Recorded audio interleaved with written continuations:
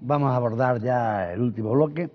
Vamos a abordar el primer tema que se publicaron, según una publicación del diario El País, la bomba que el pasado martes por la tarde cayó en el sistema financiero del Principado con la intervención de la banca privada de Andorra amenaza con convertirse en un terremoto en España, con motivo de la investigación del Banco de Madrid.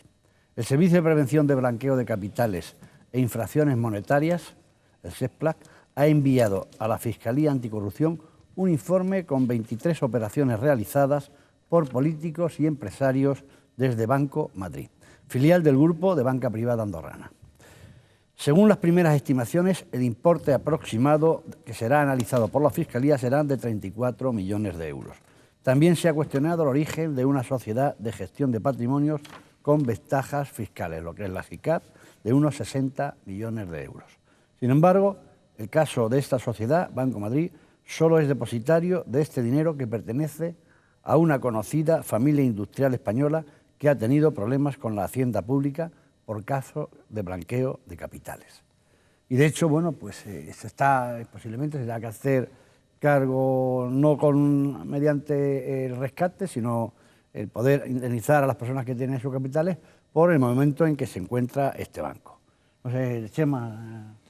Bueno, curioso, ¿no? Todo esto, bastante curioso todo lo que ha pasado, ¿no? Las autoridades americanas de pronto dan la voz de alarma en relación con el banco BPA, con el banco andorrano, por blanqueo de capitales. Parece ser que estaban blanqueando capitales de organizaciones no muy legales, rusas, chinas y venezolanas también.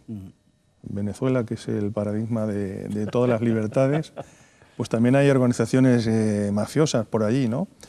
Y en concreto hay una operación la que ha salido en la prensa que es de un ruso que además fue en España, ¿no?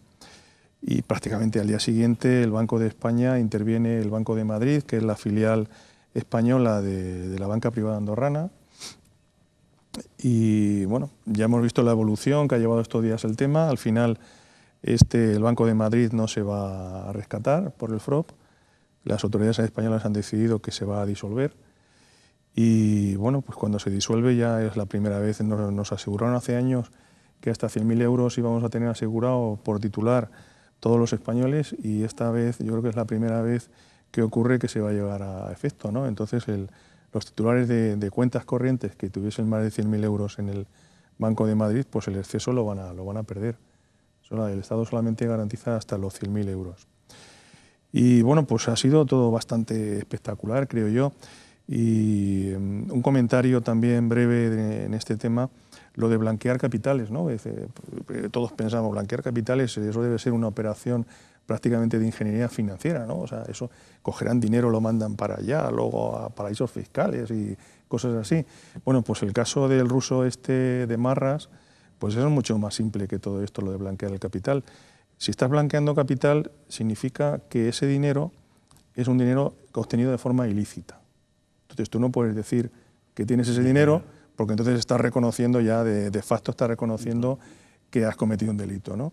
Entonces la forma de blanquear, en el caso de este caballero en concreto, es simple y llanamente ha hecho un depósito, el banco, en este caso el Banco de Madrid, mira para otro lado, no pregunta, y le dan un crédito por la misma cantidad. Y entonces ya está blanqueado el dinero. Como es un crédito, ya tienes una procedencia legal. Es una cosa curiosa, ¿no? Es que me ha llamado la atención. En fin. Lo que pasa es que él tiene que ir pagándolo, ¿no? A la hora de sí. un crédito, y dice, bueno, ya tengo el dinero y lo voy devolviendo o lo voy gastando. Sí, no hay problema. Como la letra de voleo. Me lo das, te lo doy, me lo das, te lo doy. El dinero es el mismo. No tienen problema, José Carlos. Yo creo que tienen ingresos suficientes para ir pagando. Lo han grabado y van al 50%. La forma de blanquear, porque un primo de Gao Ping, el famoso chino de la Operación Emperador, son muy astutos, y entonces mandó a un intermediario a hablar con uno de los jefes, un tal Mauricio, del Banco de Madrid, para ver cómo podían hacer. Entre otras cosas le pregunta que cuánto pueden hacer, cuánto dinero a la semana, y le comenta el chino, le dice que aproximadamente unos 100 millones semanales de euros. Y dice, ¿perdona? ¿Semanales? Dice, sí, semanales. El tal Mauricio se parte de risa y dice, bueno, no hay problema. Tú tráemelos que vamos al 50%, supongo que sería con el banco. No tienes que molestarte. Dice, nada, además le dice, nada de bolsas de basura, nada de maletines. Tú me lo traes a mí, que no te preocupes, que ya me encargo yo, te lo ingreso sin problemas. Y esto se ha sabido porque serían maletones. Serían maletones a 100 millones de euros Ahora ya con los billetes de 500... a la semana, pero que la persona que lo quiere blanquear ya no tiene que llevarlo, sino que van a su casa, se lo recogen y lo ingresan en el banco. Que era lo que le decía, que menos. A esos niveles. y esto ha salido en televisión porque el Gaupín, que luego se llamaba realmente Pingao, y se lo cambió aquí. El Gaupín es un cambio por la R, pingao. Efectivamente, que yo me casqué de risa cuando lo vi, y es verdad. Pingao, Gaupín. Gaupín. Pues es una forma de colaborar con la policía, se supone, porque ha ayudado y ha presentado esta grabación que ellos hicieron no fiándose del Banco de Madrid, no fiándose de ellos, lo grabaron. Esto es en plan anecdótico. Lo que es una lástima es las personas de a pie que han confiado en ese banco, que han metido sus ahorros y que ahora mismo se han encontrado con una especie de corralito en el que no van a recuperar. Si no han metido hasta, como bien ha dicho Chema, si han metido hasta 100.000 euros los recuperan íntegros y además son los primeros en recuperarlo, pero si han metido más de 100.000 euros en cuenta, lo que sea de más lo pierden. Según algunas noticias que iban dando, parece ser que la mayoría, una inmensa mayoría, eran imposiciones menores de 100.000 euros, que era un poco... Y si son mayores no lo van a decir. Y yo le preguntaba, comentaba a Jesús, que lo explica, pues decía, bueno, pues al final, pues la gente se piensa, bueno, ¿y quién no va...? Dice, no lo rescatamos el banco, pero lo pagamos el resto de los españoles ese dinero. No, realmente no es así, ¿no? No, eso no va a ser así. Eso, en todo caso, hoy en día en España existe un fondo de garantía bancaria donde la banca, de una manera solidaria y colectiva, se compromete a garantizar los depósitos de un banco que pueda quebrar hasta una determinada cantidad. En este caso las cifras son 100.000 euros y en este caso no va a haber mayores problemas, primero porque el banco es pequeño. Yo leí esta mañana que el banco tiene un capital de 600 millones de euros y 14.000 clientes. 14.000 clientes. Dividimos y nos da por término medio 42.000 euros por cliente. Evidentemente esto no va a ser así, pero seguramente un porcentaje muy importante de los clientes del banco seguramente no llegan a tener depositadas esa cantidad. Dicho esto, que no deja de ser una cuestión secundaria, aunque muy importante para los impositores y clientes, pues yo tengo que decir algunas cosillas. Primero, que es sorprendente y desde luego criticable que haya sido una noticia y una investigación procedente de Estados Unidos la que haya sacado a la luz la cuestión de blanquear dinero de este banco, Banco Madrid, filial de un banco andorrano, lo que corrobora lo que ya también se conocía desde hace años, que Andorra es un paraíso fiscal donde se han refugiado muchas fortunas ilícitas. Los mismos Pujol, el clan Pujol, tiene mucho dinero en la banca de Andorra y también tiene cuentas en el Banco de Madrid.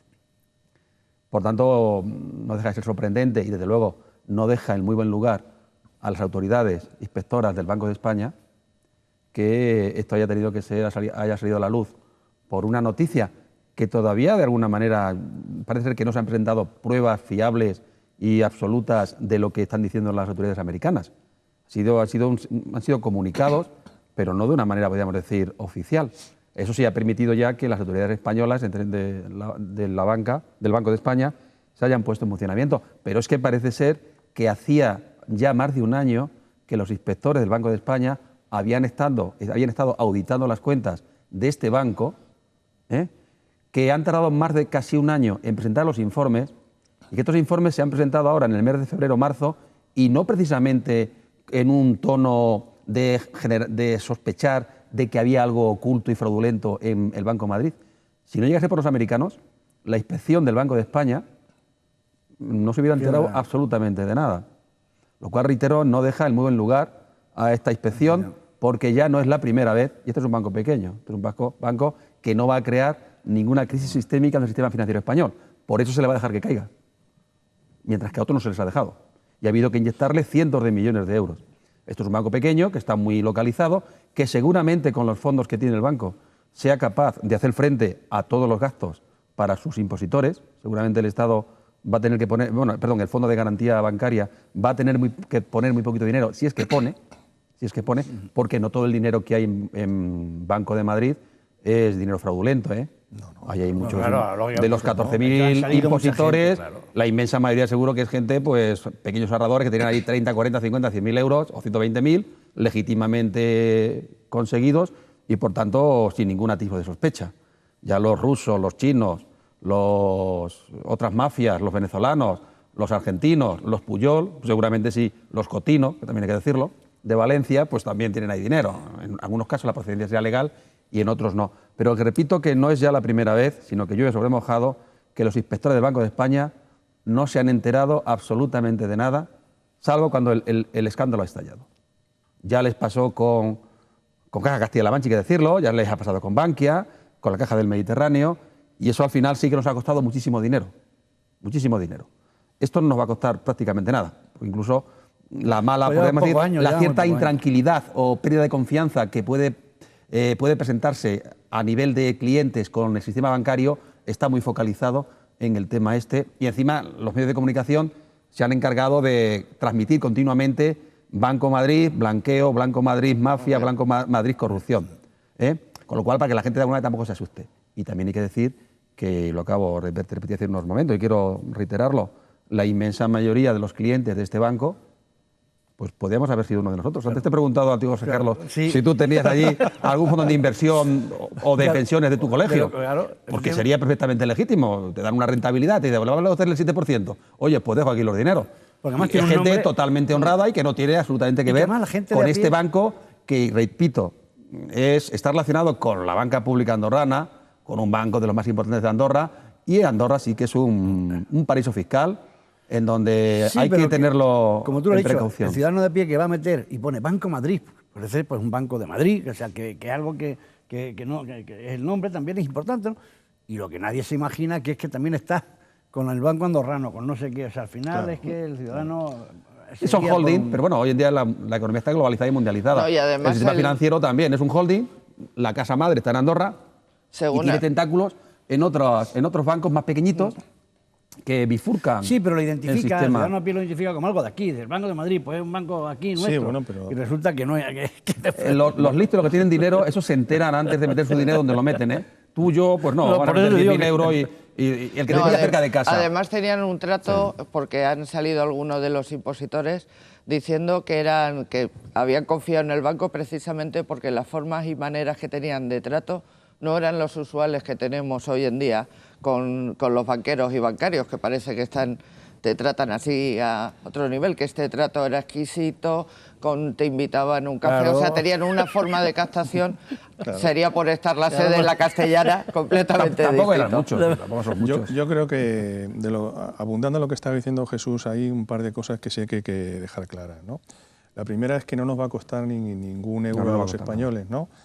Y esto es porque era un banco saneado realmente, o sea, estamos leyendo en prensa que tenía el 30% de recursos propios, es decir, que es unos ratios que el Banco de Santander o el Banco de Bilbao no llega a esos niveles ni de broma, ¿no? Y, o sea, que era un banco saneado, un banco con recursos, y lo que haya que poner en todo caso lo va a poner el Fondo de Garantía de Depósito, que es una entidad de la banca, ¿no? Bueno, buena noticia, ¿no? Primero, que no tengamos que poner dinero los españoles es buena noticia. Y lo que estabas diciendo del Banco de España, pues es una pena, ¿no? Porque el Banco de España últimamente se está luciendo, ¿no? Se ha metido la pata mucho y nos ha costado mucho dinero. En los últimos años se están luciendo y debe ser una entidad de las más importantes y de las más serias del país, ¿no? Ellos mismos en el año 2011 autorizaron la venta a la banca privada andorrana, cuando todo el mundo sabía ya sabíamos todos lo que era Andorra, ¿no? Y desde el Banco de España se emitió un informe autorizando esa venta, ¿no? Y en fin, estamos viendo que a todas luces esa venta no se debe haber producido, deben haber buscado otro comprador para el Banco de Madrid, que creo recordar que también ya tuvo problemas atrás, o sea que ya venía de problemas el Banco de Madrid. Pero también, en fin, lo has comentado tú, el tema de las preferentes de Bankia que autorizaron, que eso, en fin, no quiero poner un adjetivo calificativo, pero aquello fue un robo a mano armada, permitir que esas preferentes se vendiesen a gente que no conocían, no sabían qué era ese producto ni qué le estaban vendiendo, ¿no? O auditorías a cajas de ahorro que estaban prácticamente en quiebra, quiebra. y se les daban informes muy favorables que en avalaban. Caja Castilla-La Mancha, en Caja Castilla-La Mancha, no vamos a buscar ninguna fuera, ¿no? Que año tras año le han ido autorizando. La Caja de Córdoba, todas, Bankia, la misma, cuando la fusión de Caja Madrid. Han ido autorizando operaciones que han puesto en grave peligro el sistema financiero y que le han costado al Estado, a los ciudadanos, muchísimos miles de millones. Afortunadamente, en parte, se recuperará algo, porque lógicamente va a ser así, pero en parte hay dinero que al final se ha perdido. Al final, el rescate financiero no ha sido realmente tanto rescate, ha sido un préstamo al FROP, que nos dejaron el dinero en muy buenas condiciones, préstamo que habrá que devolver, evidentemente, pero que la venta de todas esas acciones que nacionalizó el Estado y que son propiedad del Estado, de Bankia me refiero, pues al final todos esos paquetes de acciones que se van a ir vendiendo pues van a servir para que en un porcentaje importante, no sabemos al final cuál será,